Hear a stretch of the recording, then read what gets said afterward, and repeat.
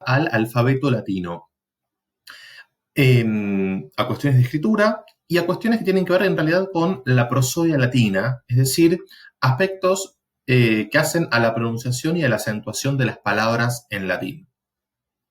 Vale aclarar que la pronunciación que vamos a aprender es la que se conoce con el nombre de pronunciación restituta, es decir, pronunciación reconstruida, y es una pronunciación académica, ¿sí? Es la más aceptada y extendida en el ámbito académico. Es la desarrollada por los filólogos a partir de los testimonios de que se disponen, y se supone que es la pronunciación que más se acerca a la pronunciación culta del siglo I a.C., es decir, a la pronunciación del latín clásico que utilizaba la élite dominante de esa época. Menciono esto porque, digamos, toda construcción de conocimiento no comporta o lleva consigo componentes ideológicos. Subyacen a la construcción del conocimiento entramados ideológicos que tienen que ver con maneras de ver el mundo. Quiero decir, no es un dato menor que la manera correcta o preferible de leer en latín sea la que se supone que fue la que utilizaban los aristócratas, los políticos, los magistrados, los oradores del siglo I a.C. No es casual. Porque nada tiene que ver esta pronunciación que vamos a aprender nosotros con la pronunciación del latín vulgar, ¿sí? Es decir, del latín cotidiano, del latín coloquial, latín del cual, dicho sea de paso, como vimos la vez pasada, dialectalización mediante, se produce a partir de él la diversificación de las lenguas romances, ¿no? Pero bueno, ese es un aspecto. ¿Es la única pronunciación posible esta que vamos a aprender? No. Se aceptan o se conocen otras dos pronunciaciones alternativas del latín. La que se conoce como pronunciación eclesiástica, esto es la pronunciación avalada por la Iglesia Católica, y lo que indica o lo que prescribe esa pronunciación es que el latín se lee a partir de la fonética del italiano, ¿sí? Tengan en cuenta que la Iglesia Católica, con su sede en el Vaticano, digamos, es la iglesia de la ciudad de Roma. Así se presenta, ¿no? Por un lado.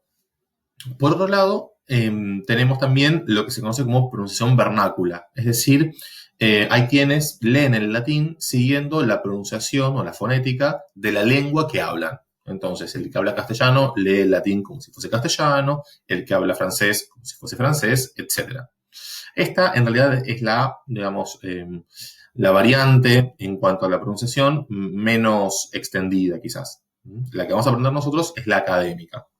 Pero la vamos a estudiar no sin develar, digamos, las lógicas de poder y los mecanismos que subyacen a la construcción de esta propuesta. A esto me refiero. Tenemos entonces aquí delante el alfabeto latino. Alfabeto latino que, por supuesto, conocemos porque es el que utilizamos y el que utiliza buena parte de Occidente. Es un alfabeto que ha tenido y tiene una productividad y una vigencia notables. Alfabeto latino que, en el caso del latín o de la lengua latina, no presenta ni la J ni la W, mucho menos digamos, sonidos como el de la doble L o el de la CH castellanas, nada de todo eso. Y que tiene otra particularidad vinculada con, digamos, grafías que se corresponden a palabras de origen griego. Es decir, en primer lugar, la Y y la Z, las dos últimas letras del alfabeto, son letras que en latín solo se utilizaban para transliterar palabras de origen griego, en la medida en que la Y corresponde a la Y del griego, que es un sonido vocálico, como una U francesa o una U alemana, y la Z se corresponde con la consonante Z, también del griego. Y otra posibilidad es la aparición o el uso de dígrafos, es decir, de dos letras, de dos grafías, para transliterar las consonantes aspiradas en griego, la Z, la J y la Fi, que en el latín se vuelcan como TH, CH y PH respectivamente. Es decir, sonidos aspirados, que el latín no tiene aspiración. Digo esto porque lo importante que tienen que retener de todo esto que acabo de mencionar es lo siguiente. Cada vez que ustedes vean una palabra escrita con una Y o con una Z, con una TH, con una CH o con una PH, con cualquiera de estas grafías, sepan que se trata en rigor de una palabra de origen griego. Y esto que decimos viene a cuento de otra cuestión, que el alfabeto latino no es otra cosa que una importación, una traducción del alfabeto griego, ¿sí? Con intermediación del etrusco, pero la estructura básica es del griego, el cual a su vez no es otra cosa que la transliteración del alfabeto fenicio. Y menciono esto justamente para desarticular falsas antinomias que recorren o atraviesan el pensamiento occidental. Pensamiento occidental que, como ustedes saben, si hay algo que lo caracteriza es su esquema binario. Esto de pensar que Occidente y Oriente son dos culturas opuestas o antagónicas. Son dos culturas diferentes, por supuesto, pero no por ello pueden expresar puntos de contacto. ¿Y a qué voy con esto? A que el gran descubrimiento de Occidente, o uno de los grandes descubrimientos de Occidente, la invención del alfabeto, con lo que implicó esto en términos de producción y circulación del conocimiento a través de la escritura, tiene su origen en Oriente. Me parece que es un dato no menor.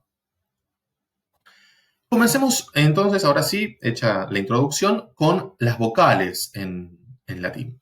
Tenemos 5 grafemas vocálicos que corresponden, un grafema es, digamos, el dibujo de la letra, ¿sí? La grafía, cómo se escribe la letra, ¿sí? No el sonido.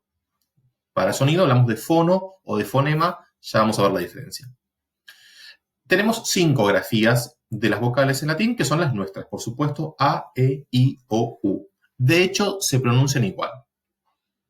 Vamos a ver cómo funcionan las vocales en castellano, porque las propiedades que tienen las vocales en castellano, el latín las comparte, solo que agrega otro rasgo, que acá aparece llamado como un rasgo suprasegmental, que es el rasgo de la cantidad. Ya lo vamos a explicar. Pero para ver cómo funcionan, decía, las vocales en castellano, les propongo ir a un simulador del aparato fonador, un simulador desarrollado por la Universidad de Iowa. Si ustedes ponen esta dirección en el explorador, les va a aparecer. Y lo interesante es que este simulador, digamos, no solamente muestra el aparato fonador, sino que además simula precisamente el comportamiento de la lengua al interior del aparato fonador. ¿Por qué digo esto? Porque las vocales en castellano se clasifican según el grado de apertura, ¿sí? Es decir, según la distancia que hay entre la lengua y el paladar. O, dicho de otra manera, cuánto se eleva la lengua y cuánto, por ende, se acerca al paladar a la hora de ejecutar el sonido, cada uno de los sonidos vocálicos. Y también depende, o se clasifican las vocales según el punto o la zona de articulación, es decir, en qué zona se ubica la lengua. Pero vamos a concentrarnos en este otro aspecto, que tiene que ver con el grado de apertura. Acá el grado de apertura utiliza otras denominaciones que quizás no son las más corrientes, o la que vamos a utilizar nosotros, pero hacemos la correspondencia. El simulador habla de vocales bajas o baja, porque en realidad es una sola en singular, que es la A, vocales medias, la E y la O, y vocales altas, la I y la U. Nosotros vamos a hablar de vocal abierta para la A, de vocales intermedias para la E y para la O, y de vocales cerradas para la I y para la U. Usamos estas categorías o estas denominaciones porque son las más utilizadas en la fonética española. Acá, seguramente porque está traduciendo estas expresiones en inglés, traduce por baja, medias y altas. No está mal, pero no es algo tan usado. Baja significa que casi no se mueve la lengua. casi que no sube a la altura del paladar. Media significa que la lengua se eleva un poco y altas son las que la lengua, son las vocales en las cuales la lengua se acerca mucho al paladar. Ese es el sentido de la denominación, pero repito, nosotros vamos a hablar de vocal abierta para la A, vocales intermedias, la E y la O, y vocales cerradas, la I y la U. Fíjense entonces lo que les decía. Una vocal cerrada como la A produce este movimiento de la lengua al interior del aparato fonador. A, A, A. Fíjense que es poco el movimiento y casi nula la elevación de la lengua cada vez que decimos A. Y fíjense lo que ocurre con las vocales medias o intermedias para nosotros. Ya es otro el movimiento.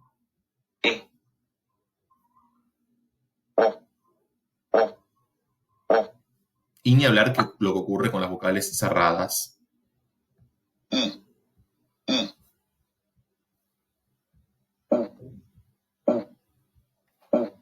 Bien, otro aspecto relevante de las vocales en castellano es que son sonoras, es decir, implican vibración de las cuerdas vocales, ¿sí? Por eso es que acá, esto que ven aquí, la glotis, vibra, se mueve, porque está indicando la vibración de las cuerdas vocales, ¿sí?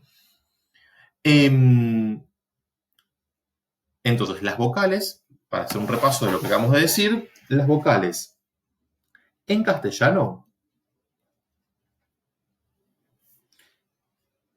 dependen de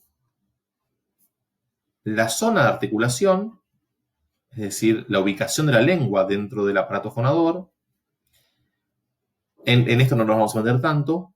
Y lo que nos importa sí es el grado de apertura, que tiene que ver con la distancia entre la lengua y el paladar. Y en ese sentido distinguimos una vocal abierta, que es la A, dos vocales intermedias, que son la E y la O, y dos vocales cerradas, que son la I y la U. Entonces, así tenemos distribuidos los 5 grafemas de las vocales en castellano, que son sonidos sonoros, porque implican movimiento o vibración de las cuerdas vocales. Los sonidos sordos no implican vibración de las cuerdas vocales. Eso ustedes lo pueden comprobar fácilmente poniendo la mano sobre la garganta y al ejecutar un sonido ver si les vibran o no las cuerdas vocales. Bueno. Ahora bien, estos son grafemas. Ocurre que en castellano las vocales, si uno abstrae el sonido, uno puede decir que las 5 vocales, ¿sí? Estos son los grafemas, se comportan como fonemas. ¿Qué es un fonema? Es la abstracción del sonido que produce un cambio de significado.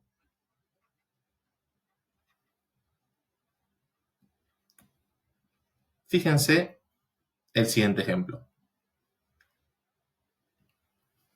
Yo tengo, por ejemplo, la palabra ida y la palabra oda. Me concentro en estas dos vocales.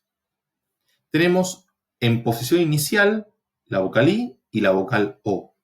Y el mismo entorno fónico. Ambas vocales están seguidas por la sílaba da.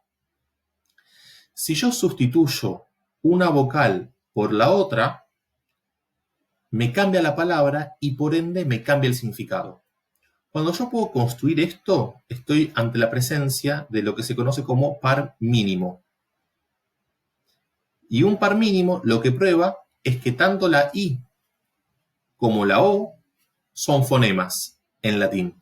Porque si yo sustituyo uno por otro, me cambia el significado de la palabra, dado el mismo contexto fónico. ¿Qué ocurre en latín, que es la gran novedad. Si en castellano tenemos 5 fonemas vocálicos, uno por cada vocal, en latín vamos a tener 10 fonemas vocálicos.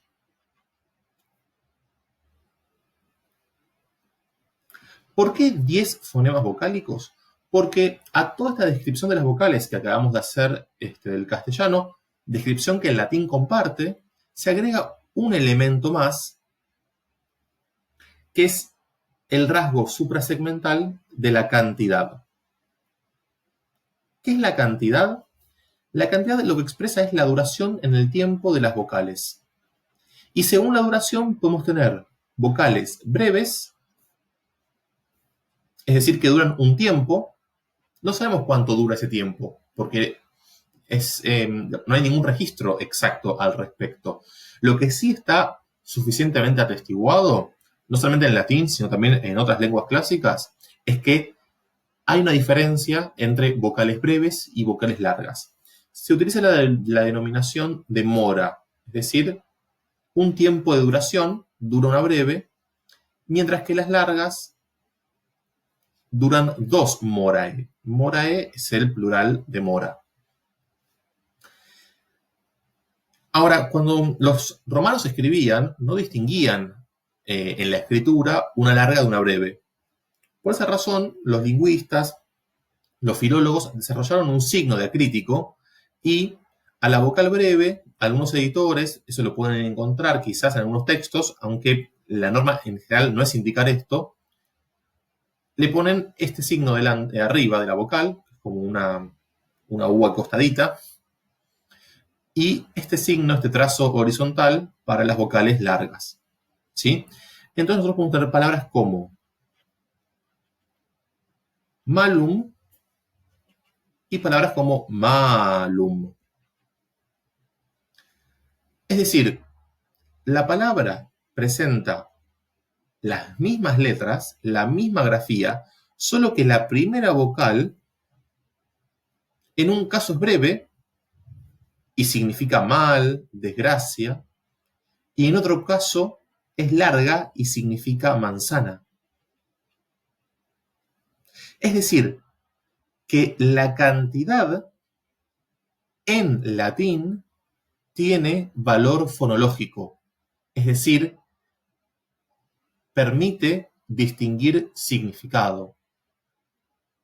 Y esto ocurre con las 5 vocales. Entonces, si las 5 vocales pueden ser largas o breves y la cantidad a su vez distingue significado, es que tenemos 5 fonemas. El fonema a breve, el fonema a largo, y así con cada vocal. En el PowerPoint veíamos que, además del ejemplo de malum, el ejemplo de este otro verbo, óquido y oquido. Fíjense que acá yo cambié el acento de posición porque es una palabra de 3 sílabas. Cuando la vocal es breve, esa I es breve, el acento cae en la sílaba anterior. Ya vamos a repasar con detalle en el próximo video las reglas de acentuación, digamos. Mientras que cuando la vocal es es larga, como el oquido, en la penúltima sílaba, esa vocal es larga, el acento cae en esa misma sílaba, no se retrotrae como en el caso de óquido. En malum yo no cambié de lugar el acento porque es una palabra bisilábica y las palabras de 2 sílabas en latín necesariamente son graves porque no existen las agudas en latín. Esto que estoy adelantando acerca de la acentuación ya lo vamos a ver en el próximo video sobre el alfabeto. Simplemente lo menciono para explicar por qué pronuncio óquido en un caso y oquido en el otro. De un modo u otro, la grafía es la misma, pero hay una diferencia de significado. El primer verbo significa morir, el segundo significa matar. Bien. Vamos ahora con una particularidad, ya que hablábamos de la I, que presentan la I y la U en latín. La I y la U, en rigor, son semivocales. ¿Qué significa esto? Que algunas veces la I y la U van a funcionar como consonantes y otras veces van a funcionar como vocales. Fonéticamente se pronuncia igual en un caso o en otro, pero sepan que, digamos, pueden aparecer en contextos distintos. Van a funcionar como consonantes, esta I y esta U, toda vez que estén seguidas, la I y la U, de otra vocal, ya sea en posición inicial como yam, wenio, o en posición interior como mayor y silwa. Fíjense que en el caso de la U en seguida de vocal, es decir, la U como consonante, hay una tendencia a escribirla como B corta. Es decir, la B corta, lo que para nosotros es una B corta, en latín en realidad es una grafía alternativa para la U cuando ésta tiene valor consonántico, es decir, cuando está seguida de vocal. ¿Y de dónde viene esta B corta con este valor? Porque en realidad los romanos a la U mayúscula la escribían como una B corta para nosotros. En las inscripciones se ve mucho eso y tiene que ver con digamos, dado que el material para la inscripción, al ser la piedra, es bastante complicado el trazo y tallar sobre un material tan duro, es mucho más sencillo hacer un trazo recto que un trazo curvo. De ahí que la mayúscula de la U solía simplificarse como una B corta para nosotros. Pero es el mismo sonido. Cuando ustedes vean una U o una B corta, en latín es lo mismo, es el sonido U. Nunca la B corta es nuestra B, nunca. Y por supuesto, estas dos vocales o semivocales, I y U, van a funcionar como vocales cuando están seguidas de consonante. Insisto, tanto en posición inicial como en posición interior de la palabra. ¿Sí?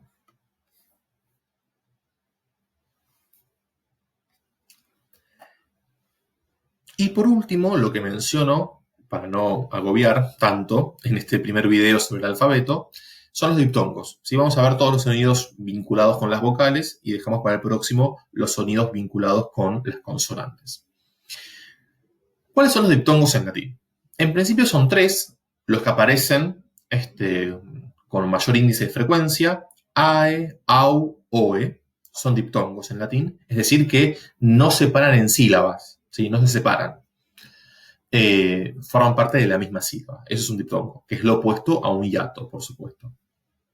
Los diptongos eu y ui aparecen realmente muy poco y aparecen por ahí en ciertas conjunciones o pronombres, ¿sí? Con valor deíctico, ¿sí? Los demostrativos me refiero, pero ustedes lo que tienen que recordar en realidad son los primeros tres, ae, au y oe. En latín, cuando leemos una palabra que contiene diptongo, cualquiera de estos tres, tenemos que poner énfasis a la hora de pronunciar esa palabra en el primer elemento del diptongo. Entonces leemos caelum, aurum, foedus.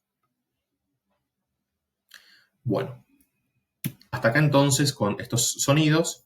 La próxima seguimos con las consonantes que tienen algunas particularidades y vemos con detalle las reglas de acentuación. Bueno, que estén bien.